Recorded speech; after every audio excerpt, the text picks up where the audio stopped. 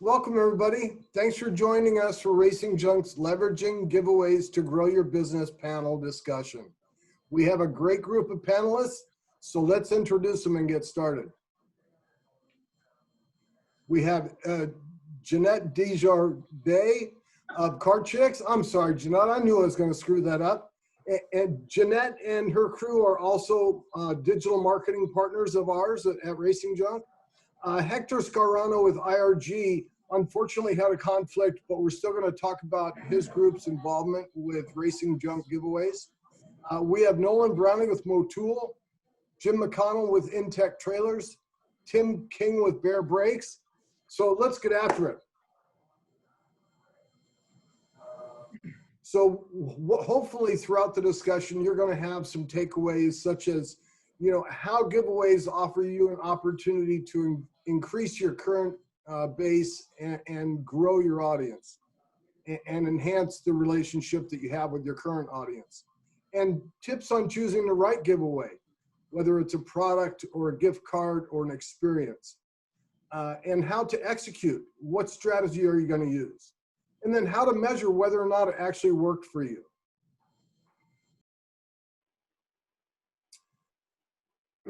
Some of the things you want to decide up front are, you know, what's the purpose, of course. And once you determine your purpose, you can move forward. And here are a number of different reasons that people get involved in product giveaways and that sort of thing.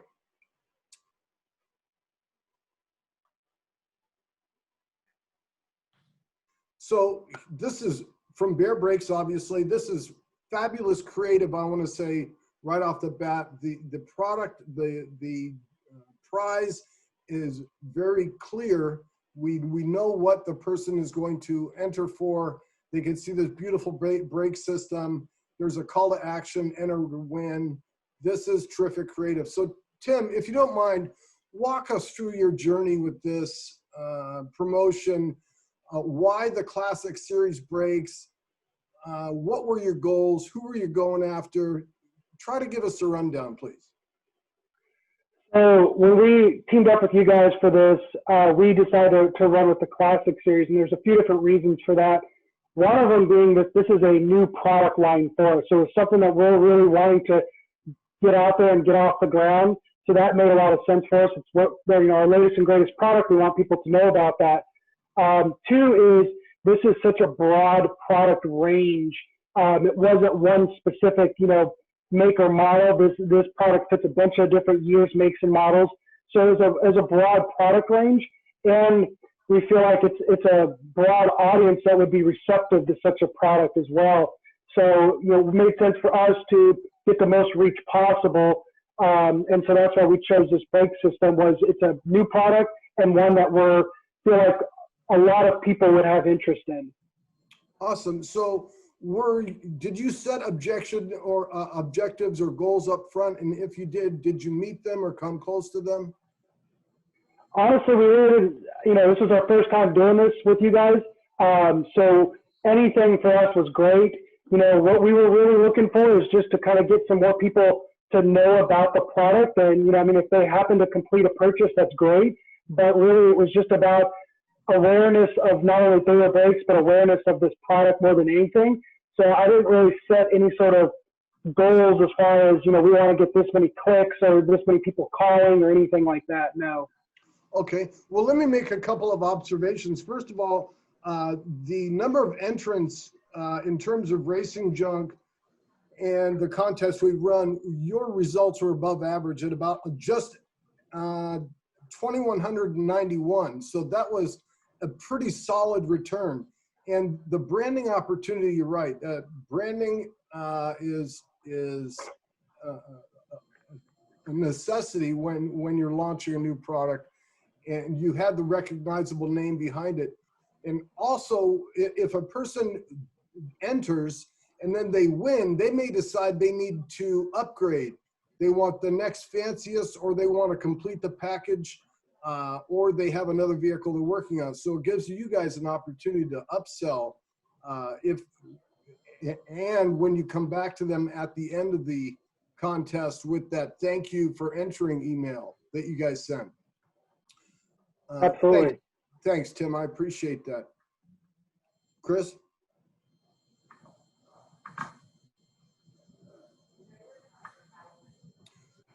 So if we can go to the MOTUL. So Nolan, similar questions to you, but I want to start off with saying, why a gift card versus one of your oil products, one of your lubricant products? And what sort of objectives did you have, and did you meet them? Yeah, certainly. I think for us, I always say we struggle. We're a European company. People in European endurance racing know us quite well. Racing Junk in your audience is typical, more domestic racing audience, which we're trying to reach. And for us, we wanted people to kind of research, get in front of them, explore what it is, look it up. We didn't want to limit them, right? I think we have a full product range for different vehicles, so I didn't want to limit somebody who may be new to the brand to a specific item. I just wanted them to know that we're a lubricant company. Honestly, I think we joke sometimes that people think we make racetrack banners because of what we've done. But sometimes it's hard to connect that racetrack banner to an actual lubricant. So Right. The goal was simply to get in front of a new audience, a domestic audience that may be unfamiliar with us. It was simply to say, we're here, we want to support you, and the ultimate goal is getting the product into their vehicle. So if they're a racer on any level, we just want them to try it out and hopefully kind of get hooked and learn more about the brand. So that was kind of our goal, and I think we did accomplish that. Awesome. Well, that's good to hear. And we're going to come back to you, Nolan, because not only are you a product giveaway promotion partner with Racing Junk, but you're also a co-sponsor this year on the inTech promotion, Max Attack, that we're going to talk about in a minute or so. Okay. Thank you for the insight. But let me ask you, with regard to the follow-up messaging I briefly touched on with Tim, how did you take advantage of that? What was the essence of your follow-up to all of the folks who entered that didn't necessarily win? Yeah, so that was kind of reinforcing of, if they did enter, they either know who we are, one, or two, just kind of research, found out who we are a little bit enough to know, hey, I'll give it a shot. And so we really wanted to reach out and kind of follow up with our story, who we are, what we're involved with, whether it's our IMSA partnership and road racing locally or the 24 Hours of Le Mans. So give more context to what they were signing up for. They may have just known enough to kind of want to participate, but we want to kind of reinforce the broader story of MOTUL. That was kind of our follow-up messaging. Awesome. So it's consistently branding across the board and just reinforcing your message overall. Absolutely. Thank you. Appreciate that. Chris?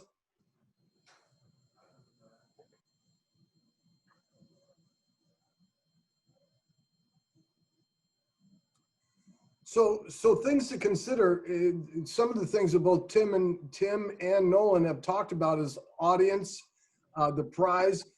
Tim specifically talked about having a broad appeal for the prize to a broader audience.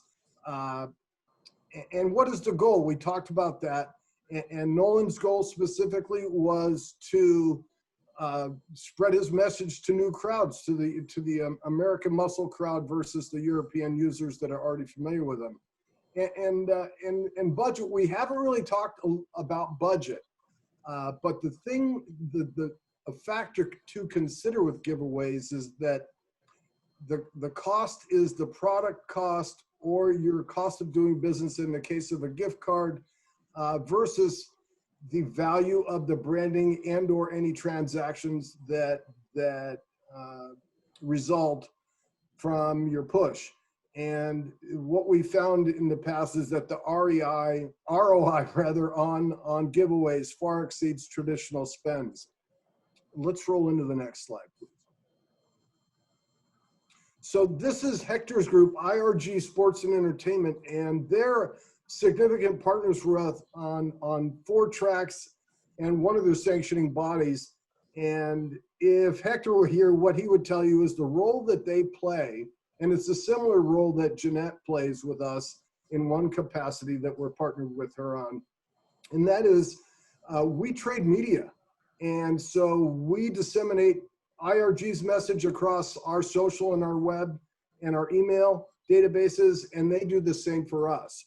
So their entire audience, their entire fan base across those 5 properties that we're partnered with see the message about our giveaways. And the point here is when you are contemplating a giveaway, you're gonna need to partner up with somebody to help you promote it. And the best way to do that is to find a business that you have a ketchup and hot dog relationship with. Not obviously someone you're competing for market share with, but someone that you share a demographic with in a complementary fashion. What else might Hector say?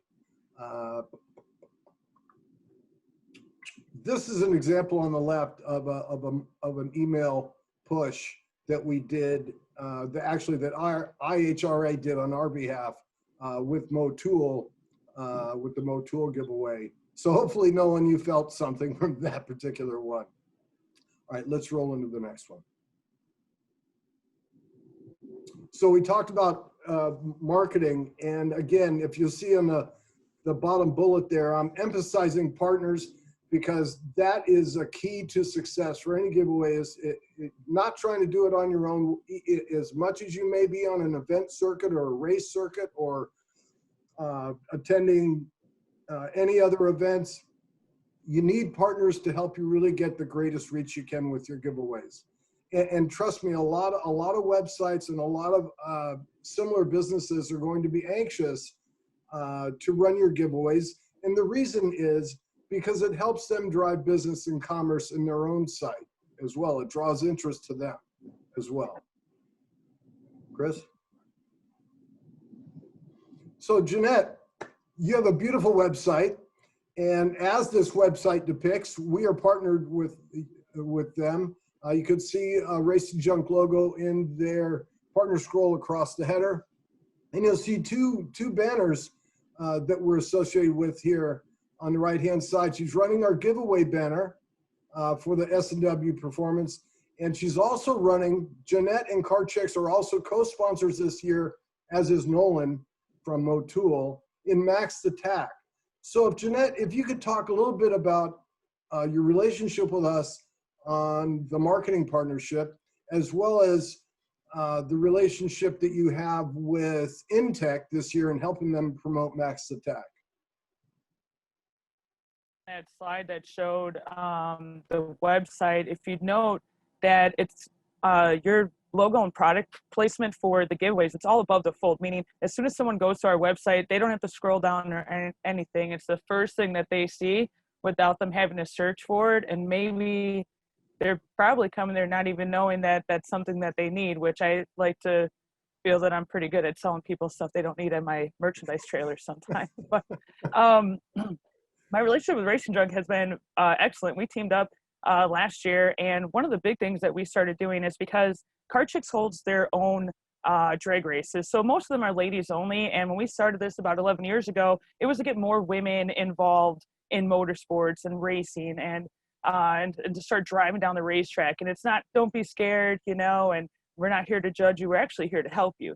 And then a couple years ago, we started transitioning to do things like Battle of the Sexes. We opened up to junior dragsters and things like that. So when we first started working with Racing Junk, we were exchanging media where, you know, we would run giveaways for them, and then they would help us promote our upcoming events to get more attendees, get more interest, even sometimes to help pick up more sponsors. One of our largest races is what we call Drag Racing for Life, which is a breast cancer fundraiser that we host once a year. And one of the things to make it successful is to get companies to submit products that we can raffle off to the silent auction. So it gave us more exposure.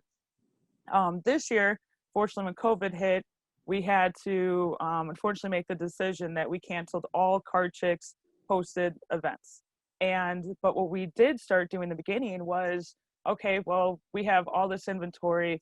You know, we still need to put food on the table. We still need to make, you know, some money here and there. And so instead of exchanging media to promote our races, we actually worked out where we were running different sales in our online store, which really helped to survive that first month and a half that we were completely parked. And to put in perspective, like we were on the road from mid-January all the way up until the second week of March. COVID hit, we got parked. We were parked for about a month and a half. And then come mid-May, I've been on the road ever since, like just race every weekend. In regards to the giveaways, especially with the inTech, so not only like is it important to partner with people to help broaden the reach, it's important to partner with the right people. And I feel that Racing Junk is like, there's a lot of synergy between Racing Junk and the other partners, which is incredible. But not only were we, you know, pushing the giveaway for inTech, it also, when we were like, hey, share, you know, share this with your friends, like be a good friend, help your friend win a trailer. I mean, come on, you know? And of course with COVID, all these people are just sitting there not doing anything, glued to their laptops. So I think that that was kind of, in a way, a good thing. So then their friends are sharing it, and their friends and friends are sharing it. Then all of a sudden Chix is discovered. So it helped the marketing partners that were involved to grow brand awareness as well. Awesome, Jeanette.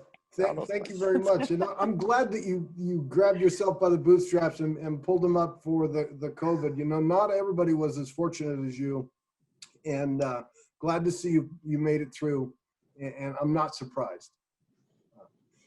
Chris, if we could you know, I'd like to say that thank you for that compliment. We're not completely through it yet, but it was either, you know, in life you have to take risk and jump on opportunities, and we rolled the dice, and we're still rolling it, hoping for the best. And you know, I'm glad to see everyone's doing well and looking good on the camera right now. So Jeanette, I want to say also that you're one of the hardest working people I know. You're not only doing this panel with Chris and I and Jim and Tim and Nolan today, but you're also, I think you already did yesterday a panel with Andriana, did you not, at our editorial department? I did a women in motorsports panel with Andriana. There was about, I believe, like 9 ladies on it. It was very interesting to see the different aspects of the racing industry. You know, so many people think like, well, they just have to be a driver, and that's so not true. There's so many different ways to get involved in motorsports, whether it's journalism, you know, media, racing, tuning, manufacturing, and also in that sense. I remember telling my family, I'm like, well, I'm going on the road, I'm going racing. Like, oh, boo-hoo, the racetrack's closed because of COVID. I'm like, no, it's a lot bigger than that. And I think a lot of people don't realize the domino effect that, you know, the racing industry has. I mean, as far as like manufacturers, media, even the food vendor. I was talking to the funnel cake guy last weekend, and he told me he usually has like, you know, 48 events a year. And I was like, well, how many have you done? He said 1. I mean, it's a huge domino effect the racing industry has for like the entire country, if not the world. So yeah. Thank you, Jeanette. Chris, can we roll, please?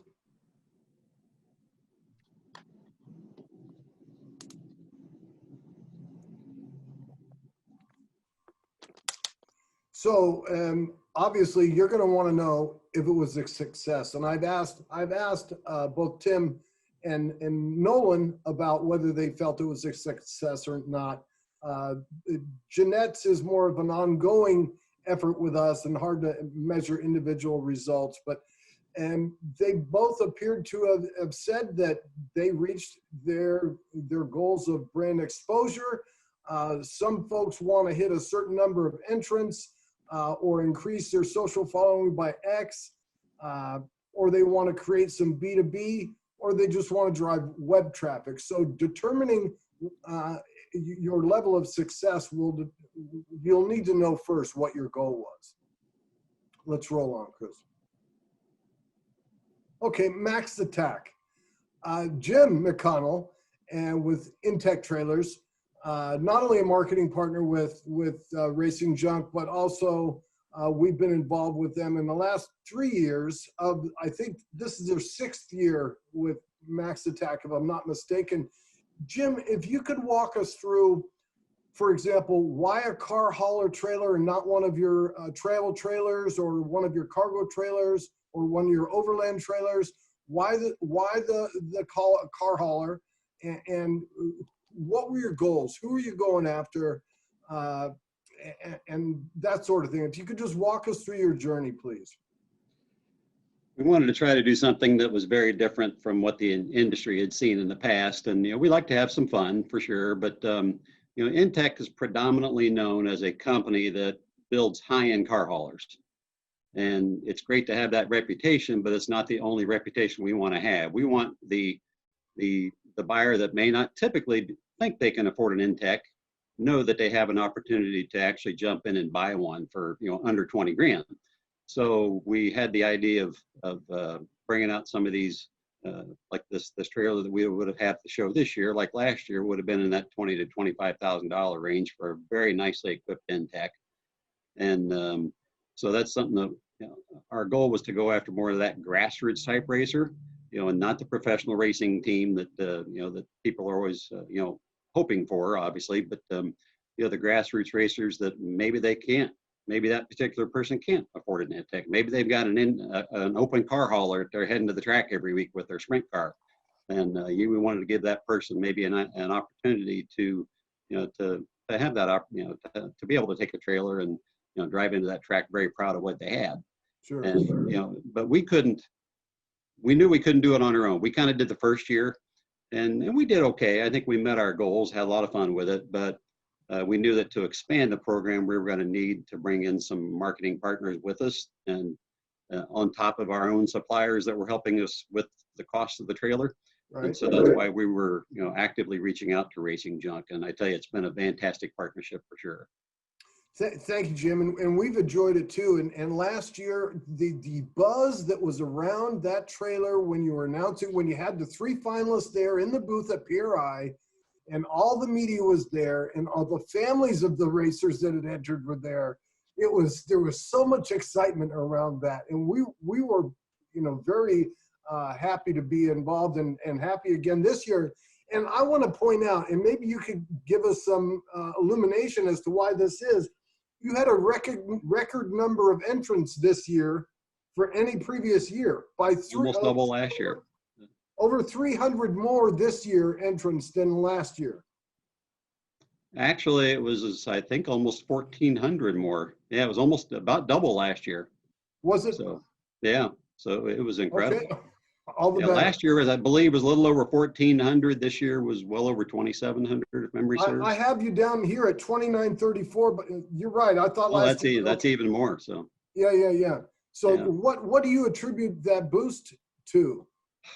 Honestly, I would have to give it a lot to our marketing partners, to you guys. You were very aggressive with your email campaign, which we really appreciated. Every time you guys did an email campaign, we saw the bump. And what our marketing with what MOTUL and Chix were doing as well, it only helped the situation. So we were exceptionally pleased with that. Well, I'm glad to hear that. And, behind the scenes, we can't see him. He's off screen right now, but he can hear us. Is Chris Cody. He's the one that was responsible for building and executing all of your emails and all of MOTUL's emails and Baer Brakes. He works his tail off, and he does that out of pride to make sure that our partners reach the level of success that we feel that we can achieve for them. So my hat is off to you, Chris. Hey, I also had to do a big shout out to Chris as well, because we were going back and forth at one point, and he's like, if there's anything you need, and I said, okay, can I get some countdown graphics? And it was like, boom, like within minutes. I was pretty impressed, and they were way better than anything I could have did in a week. So thank you, Chris. You're a rock star. You're welcome. I unmuted because Jeanette, that was a great idea.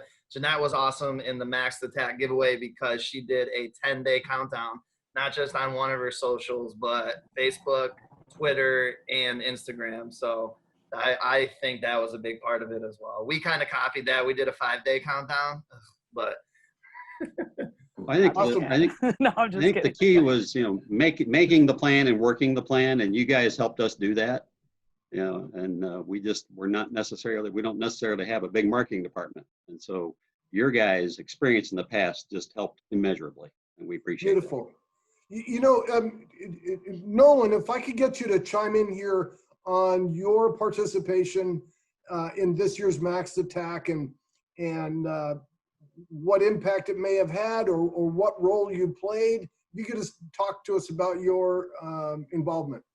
Yeah, I think, as I mentioned, we're trying to grow the U.S. market. We've only been around the U.S. as a company since 1986. So for us, we focus a lot on grassroots. And so similar to what Jim was talking about is trying to get that person that maybe can't afford a huge trailer. They can only afford a smaller trailer, car hauler. We have a good audience there. That grassroots, over 1,000 athletes that go to the go-kart track or do circle track, dirt track racing. We've kind of grown our roots in the U.S. through that market. And so for us, it was really reaching out to those folks and saying, hey, you guys have been great to us on the oil side. How about you check it out, have an opportunity to maybe increase your presence at the track or the ease of get transport, things like that. So for us, it was really trying to reach out to our existing audience. We've grown in the grassroots racing market, and then collecting a few more through all the other partners, through inTech and through Chix and through everyone else, through Baer Brakes. So for us, it was just we all had the same goals in mind, I think, this year, and so it helped us kind of sharing to our individual audiences and kind of growing this thing together. Hey, Mark, we got 9 minutes left, just to warn you. All right. Okay. Thank you, Chris. I want to, before we start to wrap up, because we are going to start to wrap up, I want to get an answer from Tim. And Tim, I don't mean to put you on the spot, but this is a question that I feel compelled to ask. If someone was contemplating a giveaway, what advice would you give them? And in big picture, you can broad stroke it. Do you even recommend it? After your experience with Racing Junk, do you even recommend someone doing a product giveaway? Yeah, absolutely. For us, it was a great success. And really, from our point of view, it was a really low-cost, way to market to a broad audience.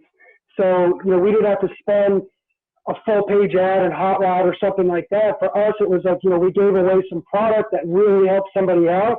And that was it. And then now we get, there's thousands and thousands of people that saw our brand on your guys' website, but then too, we were able to touch that audience with shooting them an email directly.